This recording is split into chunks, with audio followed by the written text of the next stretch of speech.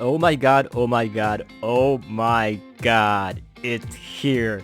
Bandai did it again. S.H.Figuart Soul Web exclusive Dragon Ball Z Oozaru Vegeta figure is finally here in my hand. Now, if you like the video, please like and subscribe. There's only 6% of my total audience who actually did subscribe, so if you guys can subscribe and if you like the video, please do so because that helped me a lot. That all said, if you compare it with the Figuart Goku right beside it, this box is massive. It's huge and it is very heavy. This is a Soul Web exclusive, but some online stores do still carry him. The last time I checked, the Big Bad Toy Store still had this on stock, so if you really want to grab it, I suggest you to grab it right away because this will be gone. Now the item is very heavy, so please be careful when you drag the product outside from the box. And inside there is a blue background and a manual to, well, understand what's going on with this figure. So I'll leave the box right in the background and let's just take a look at the simple manual we got here. So let's get this Mega Beast out from the box, and it is very, very heavy. It does use quite a bit of die-cast inside the body to, well, sustain its weight, but it's not that well balanced. The body weight is kind of, well, pulling everything around, so it's hard to, well, make it stand. But look at the size, it's huge, and if I put the Goku right beside him, yep, he is big. That said, this is still a scaled down version. If you watched the anime or if you read the comic or manga, sorry, he would be roughly 4 to 5 times bigger than, well, this scale right here. So this item comes with this Goku screaming face and 2 hands of the Oozaru where, you know, Vegeta was about to crush him. So you can swap both hands and put this in and you can recreate that scene. It's really well detailed and I wasn't expecting it to be, well, this detailed. The Goku's face looks really clean and this Goku is scaled, so now you can kind of see how big this Oozaru Vegeta is supposed to be. I'll put that right there on the rotating table, and we have this pointing finger. Well, technically it was supposed to be "I'm going to stab your heart accidentally" finger. Yeah, it's great. This finger can be used in so many cases. Like I can point at an ice cream or whatever. And also Oozaru comes with 2 pair of closed fist hand, and the Oozaru comes with the open hand that's already connected to the figure itself. But the detail is great. What else? We have a tail, and we kind of can't miss the tail, can we? It's not flexible, it's one piece hard plastic, so it's not bendy wire or anything inside. And we do also get a chopped off tail, so when Yajirobe comes to slice his tail, you can use that instead to recreate that scene too. And we get a, how to say, closed eye or damaged eye piece where Goku does his, well, ki blast into his eye, and we can swap the eye piece to recreate that. And the best part is we come with a mini Yajirobe. This is an awesome piece. I really wasn't expecting it, but it's really finely detailed. The sword is really, really brittle. I think it'll break easily, so please be careful. Painted really well, just that it has his tabi, well, his shoes is a little not painted at all. But if you compare with Goku, you'll see how small that figure is. So yeah, this, even though it's so small, the detail is very crispy. Now I'm just going to remove all these things away. We're going to talk with the base. The base, and it's big. It's heavy, but not as heavy as I expected. It's a hollow plastic. So let me try to get that thing out, and there we go. And remove that protective plastic, and here we go. I'm just gonna stop this thing, and let me get the figure out. And I gotta be very careful because it's really top heavy.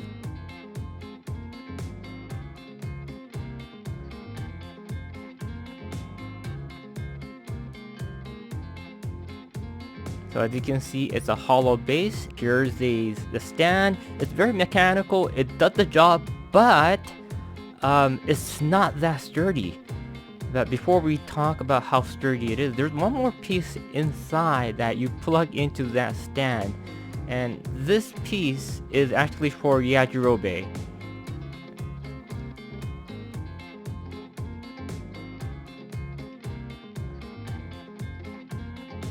There we go. It's the little bended piece of plastic where you put it into the peg of Yajirobe right there.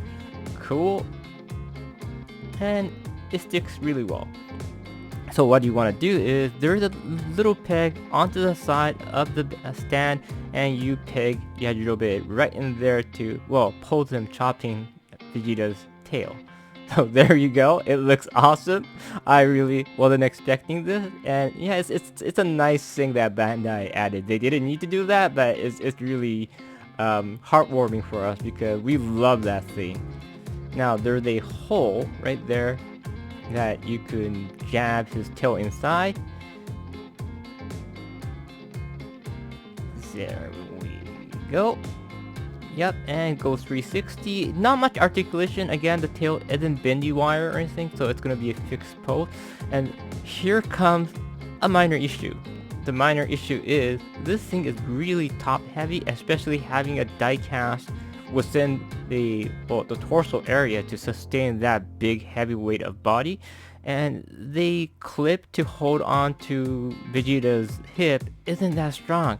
It does fine to make him stand, but if you want to, well, do any sort of posing, I don't think it does the job that well. And I have to remove that box because it's not, well, circulating well. There we go. So yeah, that's how it will be. And the thing is, I did hope they use, well, it's going to be very expensive, but the base itself is the hollow plastic, so it's not heavy. It doesn't have any weight on it. So that's one of the reasons why this Oozaru figure is not perfectly supported with the base. Now it goes, the shoulder goes up that much, and the shoulder pad does have articulation, but there's this weird hole, round circular hole within that shield. So when you try to pull the arm, you could kind of see that little weird hole. I'm not too sure why that's there. Probably some sort of mechanical reason, but it's in there. It kind of gets in the way, but it's okay. You can do a banzai pose as well. Now the hand comes out that much. And as you can see, I'm struggling a lot to pose this guy. It's just, I don't know, it's big, and it used these clicking joint. I don't know if you know what I'm talking about. They use those for more stabilized joint, but that's also not enough to sustain the weight. And this figure is the first large-scale figure art that Bandai is doing, so that's one of the reasons I liked to support. And this arm does go 90 degrees on the elbow, and the hand wrist doesn't articulate too much, but we're not expecting a massive scale figure like this to do a, well, delicate wrist articulation, so that's fine. The hand does pull out. It had a butterfly joint on the shoulder, that's great, but again, there's going to be a major gap if you look from the top, so it's always better to just, you know, if you're going to take a photo, try to angle it in a way to avoid seeing those gaps.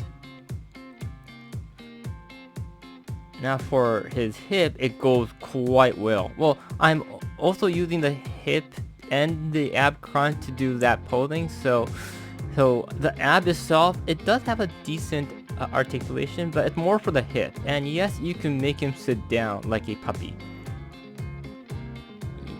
Yep, the knee goes around 90 degrees, and there is a articulation on his, well, foot, but problem is, it's great to have all the articulation, but for this size, that might be a minus because all that weight being pressed onto those small peg joints is one of the reasons that this guy is not that stable. He falls easily, very easily. So maybe it's a very big dilemma, because we all would like to have an articulation on the foot and his feet, but for this scale, I think it might be better for us to have a one solid boot, because it's really unstable, and this thing does fall off quite easily.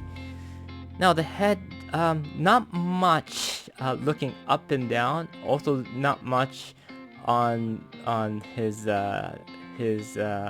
tilting too, but again, this scale size figure, there's nothing much we expect when it comes to the articulation side, so that's okay. Now, his mouth does open, and this is the one thing I kind of wanted. It's great to have the mouth open, but I hope it would open much more than that, because he does a ki blast with his mouth.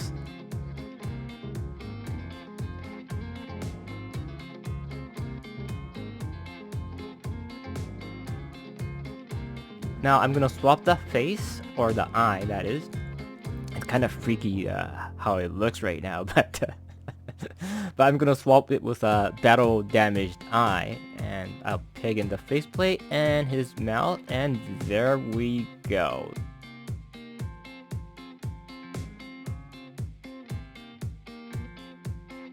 And we can also swap his hand easily with, well, his I'm gonna crush your heart accidentally hand, and yeah, this is so much fun if you start playing around with this figure.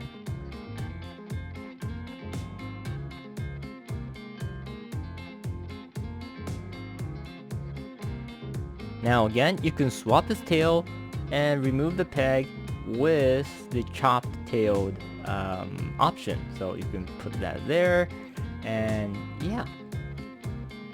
There we go. You can also adjust the bar that Yajirobe is on, so you can, well, you can't do too much with it, but you can play around with it. And if you really want, you could kind of display the tail right there to just mimic that it just got chopped off. All these small things that Bandai does is extra flavor for me. I like it. Thank you so much.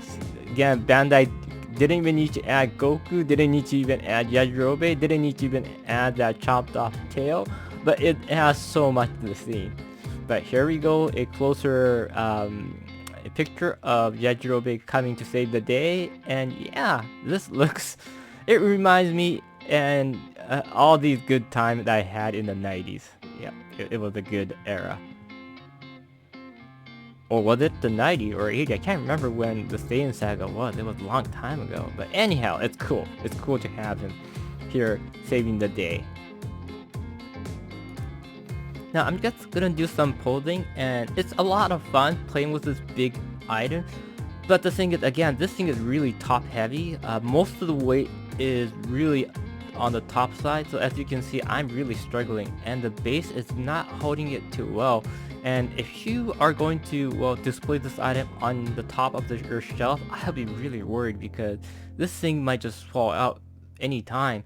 If you kind of make him on a vanilla pose and make him stand straight, then I don't think there's that much of the concern you should have. But yeah, it's really top heavy, and not like he has a die cast on his foot to, you know, like balance the weight or anything. So yeah, just really be careful. I'm just gonna probably put this guy onto the bottom of the shelf or something, just to be careful. Now let's do some diorama figure photo storytelling.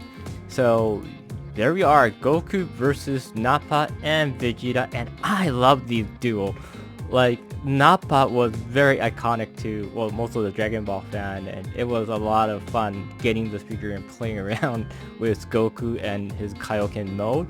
And yes, I was kind of doing a lot of testing, because this is my first time actually using Photoshop and cutting the figure's background and doing all the photo editing. And since the figure is actually smaller than it should be, I kind of needed to, well, cut out the Oozaru Vegeta figure out from the background and make him bigger and I used some photo from, well, the photo I collected, and also I used some diorama rocks and so on, and I played around with it, and I think it came out quite well. It's not perfect because I didn't have much time to, well, complete the thing, so it's a little rusty on the edge, but overall I had a lot of fun, and I hope you guys enjoyed my photo review too. So if you really like to purchase this item, I think it's still on the Big Bad Toy Store website. I'm not too sure. I can't confirm it. The last time I saw it, it was still there. So if you want to get it, please hurry. And yeah, this item overall, it was a kick-ass item. I loved it. I enjoyed it. And yeah, you can have so much fun, like for example having Vegeta, screaming right here. So much fun. But yeah, it is a perfect entertaining figure, and at the same time this is going to be your absolute centerpiece of your S.H.Figuarts Dragon Ball figure line. So yep, if you want to get it, go grab it, because there's nothing for you to regret about this figure. I loved it, and probably you will too. Thank you very much, and yes, see you guys all soon too. And if you like the video, please like, subscribe, and see you all soon.